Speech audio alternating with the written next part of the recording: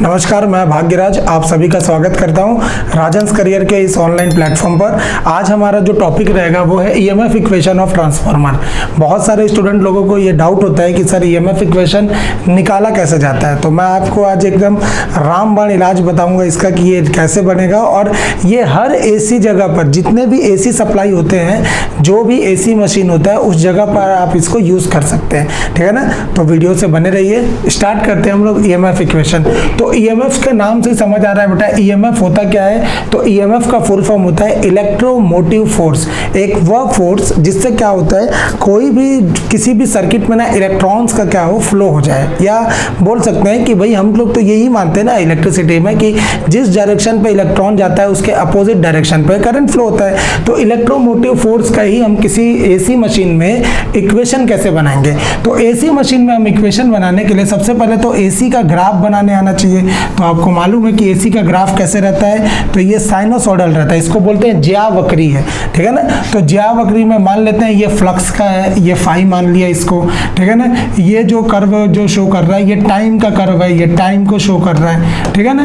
तो इसका कर्व कैसे बनेगा सर, तो इसका कर्व बनेगा एक ऐसा जो एक धनात्मक चक्र में चले और एक ऋणात्मक चक्र में चले, ऐसा, ठीक है ना। ये इस प्रकार का कर्व बनता है। हम लोग क्या पढ़ते हैं यहाँ पे, ये होता है 0, ये होता है पाई, ये 2 पाई। ऐसी अगर मैं इसको और आगे बढ़ाऊं, अगर इस चीज़ों को मैं थोड़ा सा और आगे बढ़ाता तो ये कैसे जाता है, अगर मैं इस चीज़ों को थोड़ा सा आगे बढ़ाता तो ये कैसे जाता है, ये इस पोर्शन से आगे बढ़ता है ऐसा, और यहाँ पर ये ऐसे नीचे जाता है ऐसा, और ये ऊपर चला जाता है, ठीक है ना। तो अपने को उधर नहीं जाना है। ये मेनली हम लोग का कौन सा टाइम है, तो टाइम है ये हम लोग का फ्लक्स के ही शो करेगा कि फ्लक्स किस टाइम पे हम लोग का कहाँ पर कर्व जैसा मूव करता है। ये कौन सा कर्व है, तो ये टाइम का कर्व है। तो मैं जो बना रहा हूँ वो किसके किसके बीच बना रहा हूँ सर, तो टाइम और फ्लक्स के बीच का मैं कर्व बनाया हूँ, ठीक है ना।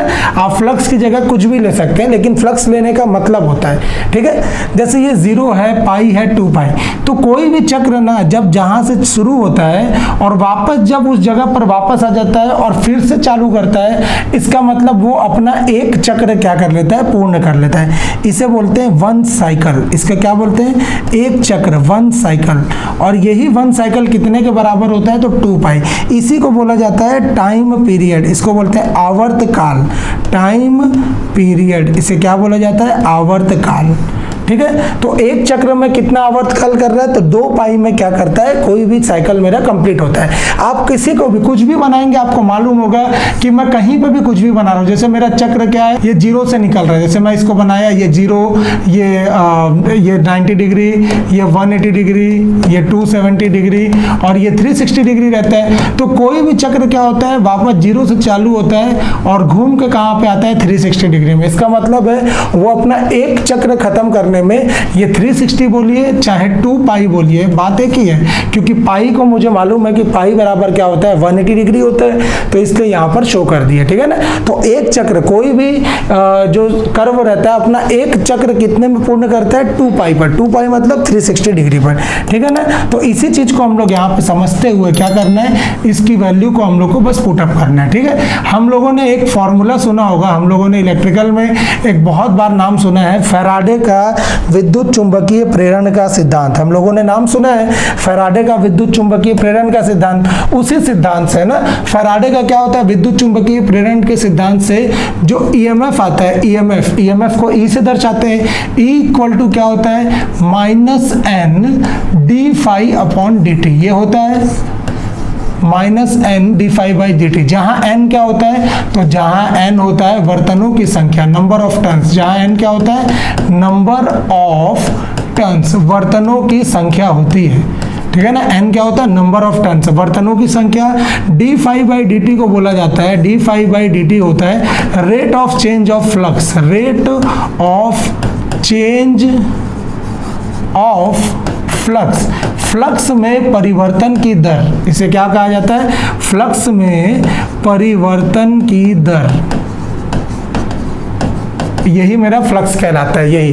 तो ईएमएफ इक्वेशन में ये जो माइनस है ना सर, ये माइनस क्या शो करता है, ये जो माइनस होता है ये शो करता है लेंज लॉ। लेंज लॉ को ये क्या करता है, शो करता है, लेंज के नियम को ये शो करता है। इसका मतलब क्या है, लेंज का नियम बोलता है कि हम जिस जगह से जहां पे प्रोड्यूस हुए हैं उसी को क्या कर देते हैं, अपोज कर देते हैं। तो यही लेंज का नियम है। आगे मैं बताऊंगा, जब सर्किट पढ़ाऊंगा ना, तो लेंज लॉ कैसे आता है, किस चीजों पे आता है, ये सब बेसिक इलेक्ट्रिकल में हम लोग पढ़ेंगे, ठीक है ना।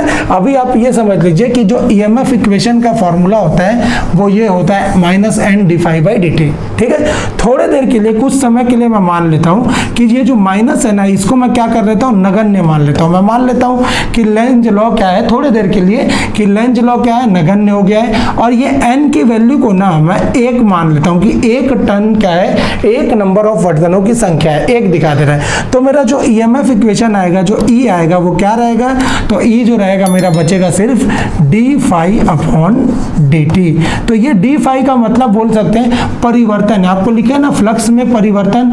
परिवर्तन कैसे निकलता है, हमेशा फ्लक्स का अंतिम मान माइनस फ्लक्स का प्रारंभिक मान बटे टाइम का मतलब होता है समय, dt का मतलब समय, ठीक है ना। कभी भी हम लोग चीजें परिवर्तन कैसे निकालते हैं, अंतिम मान माइनस प्रारंभिक मान, उसी चीज को हम लोग को देखना है। देखिए यहाँ पे इस जगह पर फ्लक्स का स्टार्टिंग मान, फ्लक्स का जो प्रारंभिक मान है वो कितना दिख रहा है, 0। और फ्लक्स का अंतिम मान देखिए यहाँ पर, ये अंतिम मान होगा, इसको बोलते हैं मैक्सिमम वैल्यू। फ्लक्स का मैक्सिमम मान बोलिए, चाहे इसी को मैं बोल देता हूँ फ्लक्स का दूसरा मान। ये कितना दिख रहा है सर यहाँ, तो यहाँ पे ये, इसको मैं फाई एम बोल सकता हूँ क्या, मैक्सिमम मान का मतलब यहाँ फाई एम, यहाँ ये शो करता है मैक्सिमम मान, ठीक है ना।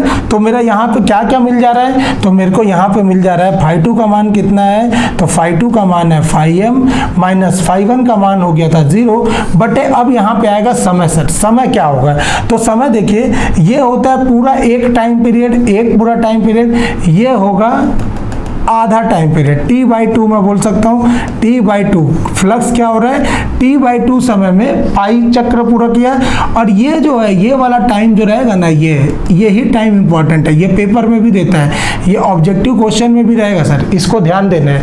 यही वाला चीज़ है, देखिए फ्लक्स इतना t था, फिर ये t बाई 2 हुआ, तो t बाई 2 का भी आधा क्या होगा, तो ये t बाई 4। ये जो टाइम है ना, तो फ्लक्स इस t बाई 4 समय पर क्या होता है, अपने अंतिम मान पर पहुंचता है, t बाई 4 समय पर। तो यहाँ पे क्या हो जाएगा, इस जो t की जगह मैं क्या लिखूंगा, t बाई 4। क्लियर हो रहा है, ये बहुत इंपॉर्टेंट है, ये बार बार पेपर में देता है फिर कि फ्लक्स किस मान पर मैक्सिमम पहुंचता है। तो फ्लक्स कौन से मान पर पहुंचता है, तो t बाई 4 समय पर अपने मैक्सिमम वैल्यू पर पहुंचता है, ठीक है ना। कहीं कहीं ये t बाई 4 को ना, कहीं कहीं ये t बाई 4 को ना 25% भी बोलता है। तो आपको मालूम है 1/4 का मतलब क्या होता है, 25% होता है। इसलिए फ्लक्स अपने 25% की वैल्यू पर क्या होता है, मैक्सिमम पोजीशन पर पहुंचता है, जो मैं डायग्राम पे यहाँ पे आपको दिखा चुका हूँ, ठीक है ना। तो इस चीजों को आपको बहुत अच्छे से समझना है सर। यही चीजें क्या होता है, ऑब्जेक्टिव क्वेश्चन में पूछते हैं और बच्चे लोग क्या होते हैं, फंस जाते हैं, ठीक है ना। तो इस चीजों को ध्यान में रखना है, ठीक है। क्लियर हुआ, आगे बढ़े। यही जो इक्वेशन आ रहा है, इस चीजों को हम लोग को क्या करना है, आगे बढ़ना है, ठीक है ना। यहाँ से अब यही वाला चीजों में क्या होगा, ये आगे बढ़ेंगे ऐसे, ठीक है। यहाँ पे हम लोग का इक्वेशन क्या आएगा, E इक्वल टू क्या आया, तो फाई 2 मतलब फाई एम माइनस फाई 1 की वैल्यू तो 0 हो गई, डिवाइडेड बाई t बटे 4, है ना। तो ये 4 ऊपर चला जाएगा, क्योंकि फाई एम में से 0 जाएगा, तो बचेगा क्या मेरा, सिर्फ फाई एम बटे t बटे 4। तो ये 4 ऊपर चल जाएगा, तो मेरा मेन इक्वेशन क्या बनेगा, 4 फाई एम बटे t। ये जो आएगा मेरा, ये EMF का इक्वेशन है। क्योंकि हम लोग को पता है, क्योंकि हम लोग को क्या मालूम है, रिलेशन बिटवीन टाइम पीरियड, ये टाइम पीरियड और फ्रीक्वेंसी में संबंध। हम लोग को मालूम है कि क्या होता है, what is the relation between time period and frequency. आवर्त काल और आवृत्ति में क्या संबंध होता है, तो आवर्त काल जो होता है ना, आवृत्ति के क्या होता है, समानुपाती होता है। मैं बोल सकता हूँ, या इसको ऐसा भी बोल सकता हूँ, ये प्रोपोर्शनल जो है ना, समानुपाती का जो चिन्ह है, इसको मैं हटा के अगर मैं यहाँ पे इक्वल भी बोल दूंगा ना, इक्वल, तो भी ये चलेगा, टाइम बराबर इक्वल। या मैं इसको ऐसे भी बोल सकता हूँ कि F बराबर जो रहेगा ना 1/T लिख सकता हूँ इसको। ये जो मान है यहाँ पर, इस मान को मैं यहाँ पर रख सकता हूँ क्या? बिल्कुल रख सकते हैं। तो EMF इक्वल टू क्या हो जाएगा? 4φm, और जो 1/T है ना, उसकी जगह मैं F लिख सकता हूँ। ये मेरा EMF इक्वेशन का एक समीकरण आया, इसको ध्यान से रखना है। इसको समीकरण नंबर क्या देना है? समीकरण नंबर 1 देना है, ठीक है ना। इससे इंपॉर्टेंट क्वेश्चन क्या बना? तो इंपॉर्टेंट क्वेश्चन ये बना कि फ्लक्स कौन से मान पर ऊपर पहुंचता है? तो फ्लक्स अपने T/4 समय पर क्या होता है? ऊपर जाता है, ठीक है ना। तो ये बना। ये हमेशा जो EMF रहता है ना सर, ये होता है एवरेज EMF, हमेशा औसत EMF आता है, ठीक है ना। इतना में किसी को डाउट होगा तो कमेंट सेक्शन में पूछ लेना। अगला जो टॉपिक है ये वाला, इसी में, इसमें जो आएगा आगे, यहाँ पे रहेगा RMS मान। हम लोग को पता है कि एक वर्ड होता है फॉर्म गुणांक, फॉर्म फैक्टर। ये जो फॉर्म फैक्टर होता है ना सर, ये AC में बहुत यूज किया जाता है। इस फॉर्म फैक्टर का मान होता है वोल्टेज का RMS मान, वोल्टेज का RMS मान बटे वोल्टेज का औसत मान। ये बहुत इंपॉर्टेंट है, वोल्टेज का औसत मान। RMS मान को आप चाहे फॉर्म फैक्टर किसी का भी, करंट रहता तो करंट का RMS मान बटे करंट का औसत मान, चाहे अगर मान लीजिए फ्लक्स रहता तो फ्लक्स का RMS मान बटे फ्लक्स का औसत मान। तो यहाँ वोल्टेज का RMS मान क्या हो जाएगा? तो इसको ERMS बोल सकते हैं क्या? बिल्कुल बोल सकते हैं। RMS का मतलब होता है रूट मीन स्क्वायर वैल्यू, वर्ग माध्य मूल मान, ठीक है ना। तो ERMS बटे वोल्टेज का औसत मान, इसको E एवरेज करके बोल सकता हूँ, EAVG, ठीक है ना। तो ये फॉर्म फैक्टर का हमेशा वैल्यू रहता है बेटा 1.11। बहुत बार क्वेश्चन पेपर में दिया हुआ है कि फॉर्म फैक्टर का वैल्यू कितना रहता है? 1.11, ठीक है ना। तो यहाँ से जो RMS मान होगा, ERMS, ये क्या निकल जाएगा बेटा? ERMS बराबर हो जाएगा E औसत, E एवरेज इंटू 1.11। और अभी हम लोगों ने पीछे यहाँ पे E औसत का यहाँ पर समीकरण नंबर 1 से मैं निकाला हूँ 4φmF, तो यहाँ पर मैं रख सकता हूँ इस जगह पर। ERMS क्या हो जाएगा? तो ERMS equal to 4 into φm into F into 1.11। तो ये 4 का 1.11 से मल्टीप्लाई हो जाएगा, तो क्या हो जाएगा?